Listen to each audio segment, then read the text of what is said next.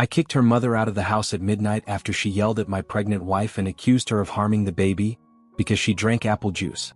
15 minutes later, her things were on the porch. My name is Nathan, I'm 32 and I've been married to Lily who's 25 for 3 years now. We've been together for 5 in total, and in that time, we've built a life that, until recently, I thought was unshakable. We're expecting our first son in just a few months, something we've both dreamed about and planned for with excitement and maybe a little nervousness, but mostly joy. Our home has been filled with baby books, ultrasound pictures on the fridge, late-night talks about names, and arguments about paint colors for the nursery that always ended with laughter and a compromise. I truly believed we were solid, a team stronger than ever. But that was before her mom, Colleen, came to stay with us. At first, I welcomed her presence without hesitation. She lives out of state and had promised to come help during the final stretch of Lily's pregnancy, and I wanted to be supportive. I understood the bond they had, the comfort Lily would feel having her mom around, especially as the delivery date crept closer. I cleared out the guest room, made sure we had her favorite tea in the pantry, and even rearranged my work schedule a bit so I could be more present while she was visiting. I told myself it was just a few weeks, and that it would be good for Lily to have someone familiar around while we prepared for this huge transition. But I didn't know then how much Colleen's arrival would change the atmosphere in our home, or how quickly the woman I loved would start to feel like someone I barely recognized. Even when we first started dating, I noticed that Lily carried a heaviness she didn't always speak about, a tendency to be incredibly hard on herself over things that most people would brush off without a second thought. She could worry about the smallest details for hours, turning a simple misstep into a full-blown crisis in her mind. I remember one evening early in our relationship when she overcooked some pasta while we were making dinner together, and instead of laughing it off or just boiling another pot, she burst into tears. She sat down at the kitchen table and cried as if she had ruined Thanksgiving dinner, as if that one moment of imperfection had somehow made her unworthy of being loved. I didn't understand it at first. I thought maybe she was just having a bad day, or that it was some buried insecurity she hadn't fully told me about.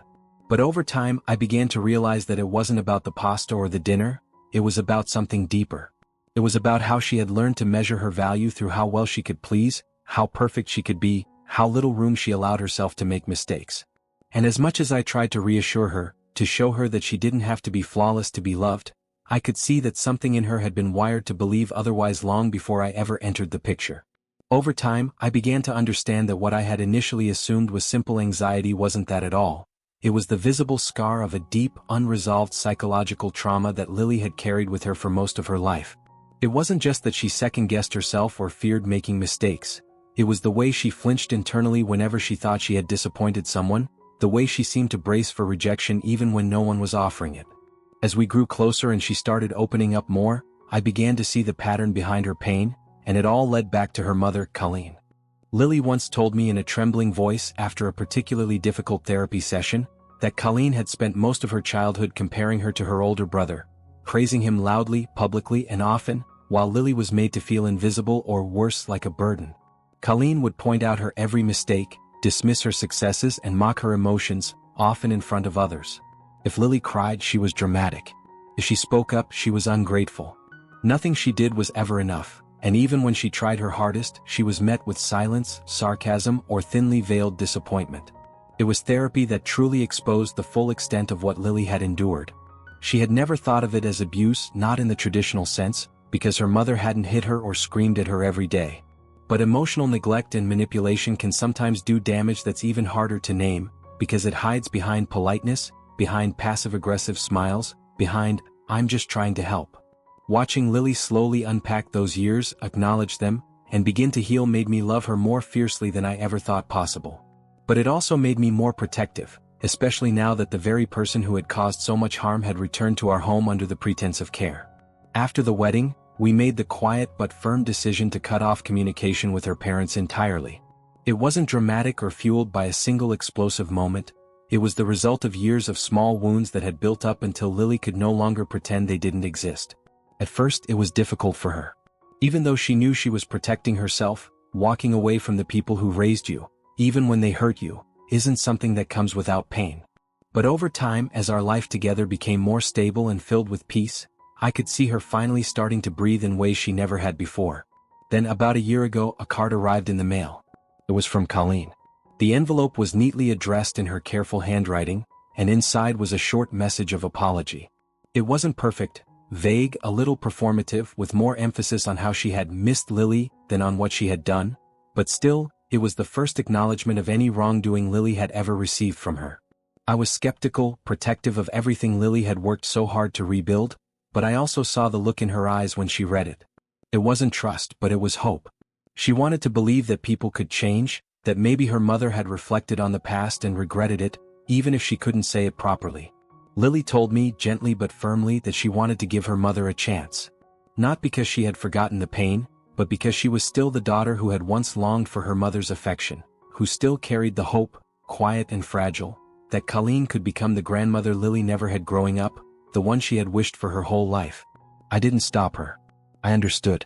Sometimes the deepest wounds make us long even more for healing. And Lily, in her heart, still believed that it might be possible. Colleen arrived last week, pulling up in front of our house with a bright smile and arms full of baby gifts, her voice full of warmth that felt just a little too practiced. At first, everything appeared civilized, almost pleasant in a way that made me cautiously hopeful. She complimented the house, asked Lily about her pregnancy, and immediately offered to help unpack the boxes of newborn clothes we had been sorting through for weeks. She brought a soft gray blanket embroidered with our son's name, a few books, and a stuffed animal that looked like something Lily might have clung to as a child. She moved through the nursery with a sense of purpose, folding tiny onesies and asking where she could hang artwork, and for a while, it looked like maybe this time really could be different. But it didn't take long for the cracks to show. Within days, the warmth began to cool and reveal something sharper underneath. Her tone shifted, still polite on the surface, but threaded with those familiar, cutting undercurrents I had only heard about until now. She would offer suggestions that sounded more like corrections. She would question Lily's choices, from the way she arranged the baby clothes to how many prenatal vitamins she took, phrased in ways that sounded helpful but landed like accusations. She made comments about Lily's body, thinly veiled as concern, and once even laughed at a name we had been seriously considering for the baby, calling it too trendy and probably something he'll hate in 10 years. And through it all, Lily started to change. She grew quieter, more tense. She stopped humming around the house, stopped asking me to play music while we cooked. She flinched at certain tones in her mother's voice and began second-guessing decisions she had made confidently just a week earlier. Watching it unfold was like watching someone you love slowly disappear beneath a tide they thought they were strong enough to stand against. And for the first time since we found out we were going to be parents, I felt afraid, not of fatherhood, but of what Colleen's presence might do to the woman I love if I didn't step in soon. Her so-called help quickly twisted into a steady stream of comments that chipped away at Lily's confidence, each one delivered with that particular brand of false concern that made them harder to confront. It started with subtle remarks about Lily's weight, masked as advice, always wrapped in concern about the baby's health, never overtly cruel but always just sharp enough to wound. She would pat Lily's shoulder and say things like, "You know, you'll want to watch your sugar now or it'll be so hard to lose the baby weight later," as if Lily hadn't already spent every appointment tracking every detail of her pregnancy with quiet diligence. Then came the parenting advice, unsolicited, relentless, and laced with judgment. Colleen offered instructions on everything from what diapers to use to how often Lily should hold the baby, insisting that good mothers don't let their infants get too dependent, as though affection was a weakness. She left articles on the kitchen counter about sleep training and strict routines, and when Lily gently pushed back, Colleen would sigh and say something like, "I know you think you have it all figured out, but just wait. You'll see." What broke me, though, was the way she began hinting, day after day, that Lily returning to work after the baby was born would be a selfish, even irresponsible decision. "You'll miss his first smile," she'd say while folding laundry. "No job is worth that. Honestly, I don't know why you even want to go back." I watched Lily absorb each of these comments like invisible bruises. She stopped making decisions out loud, stopped talking about her excitement to return to her work community, and I saw her spirit, the fire and clarity she had worked so hard to reclaim, begin to dim. She wasn't snapping, she wasn't arguing, she was fading. Slowly. Quietly. And I knew we were nearing a line that couldn't be crossed without consequences. She started apologizing for everything again, even for things so small and harmless they didn't deserve acknowledgement. How she phrased a question, the way she closed a cabinet, the expression on her face when she was tired.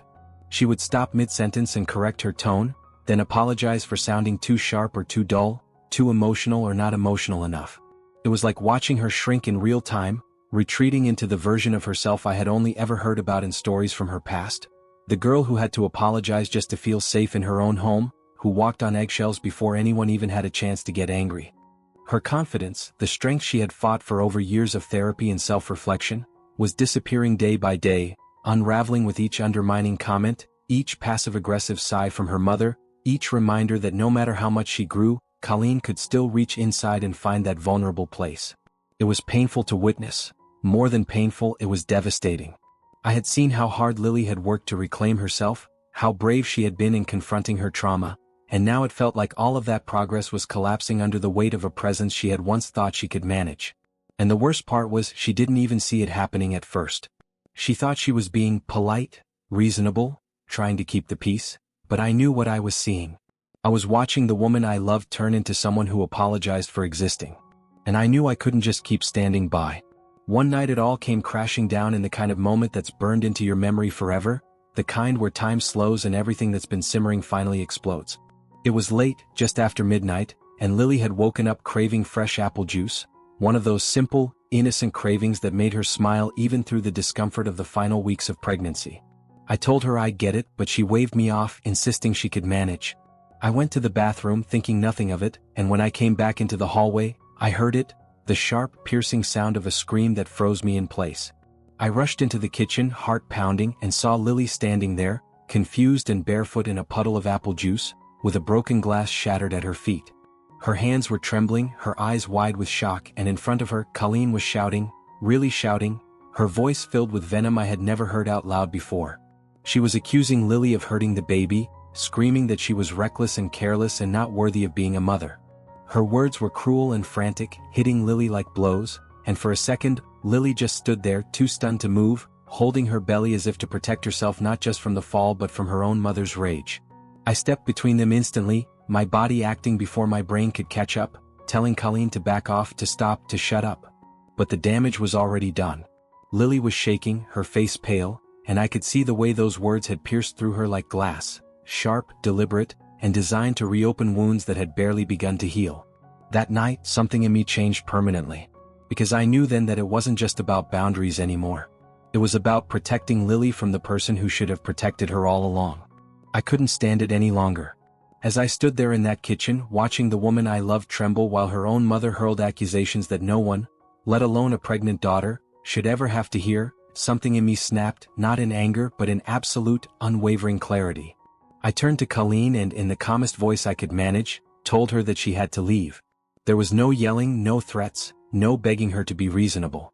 I simply said that her presence in our home was no longer welcome, that she had crossed a line that couldn't be undone, and that she needed to go.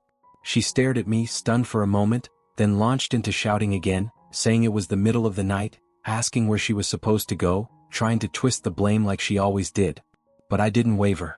I reminded her that we lived in a major city with dozens of hotels open 24 hours, that she was not being thrown onto the street but asked, no, required, to remove herself from a space where she was causing harm. She tried to guilt me, called me disrespectful, accused me of turning Lily against her, but none of it mattered anymore. I told her that if she didn't leave willingly, I would call the police and have her escorted out. That wasn't a threat. It was a promise. And she must have seen it in my eyes because after another round of dramatic protests, she finally went to the guest room, packed her things in silence, and left. I locked the door behind her without hesitation, and when I turned around, Lily was sitting on the floor, still crying, but this time it was different. It wasn't fear or shame anymore, it was release. And I knew without a doubt that we had done the right thing. Colleen, true to form, didn't leave quietly. As she stood by the door with her suitcase, still fuming, she turned to Lily one last time and tried to use the one tactic she had always relied on, guilt. Her voice was sharp, trembling with a mix of fury and desperation as she asked, "Are you really going to let a man kick your own mother out of your house?" The words hung in the air like poison, designed to humiliate, to shame, to pull Lily back into that old role of the obedient daughter who would rather hurt herself than disappoint the woman who never truly protected her. But Lily didn't respond the way she used to. She stood there, silent, her arms folded over her belly, her eyes downcast, not because she was ashamed, but because she was done trying to reason with someone who had never listened. She didn't fight. She didn't cry. She just stood still, holding herself with quiet resolve while Colleen's final words rained down like a storm. The taxi pulled up outside, and in one last surge of venom, Colleen launched into a stream of insults and accusations. telling Lily she was ungrateful, manipulated, a disgrace to her family, tears sliding down her face not from heartbreak, but from rage at losing control. And then she was gone. The door closed, the engine faded down the street, and what remained was the silence of a house that finally belonged to peace. Lily didn't speak for a long time, but when she finally looked up at me, her eyes were glassy but calm, and I knew in that moment that she hadn't just watched her mother leave, she had reclaimed something that had been stolen from her long ago. After that night the phone call started, first a few then a wave. Relatives we barely spoke to began reaching out with sudden urgency, their voices full of anger and judgment, calling me names I never thought I'd hear from people who once toasted at our wedding. They accused me of isolating Lily from her family, of controlling her, of poisoning her against the woman who had given her life. They didn't ask what had happened or why it had come to this. They had already decided I was the villain in a story Colleen had clearly rewritten to suit her own narrative. Even my own parents, who had always been supportive, hesitated at first.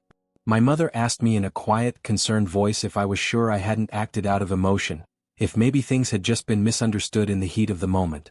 I felt a knot form in my stomach, not because I was ashamed, but because I realized how quickly people could doubt you when you stand up against someone they perceive as harmless simply because she hides her cruelty behind a soft voice and a parent's title. But I sat down with them.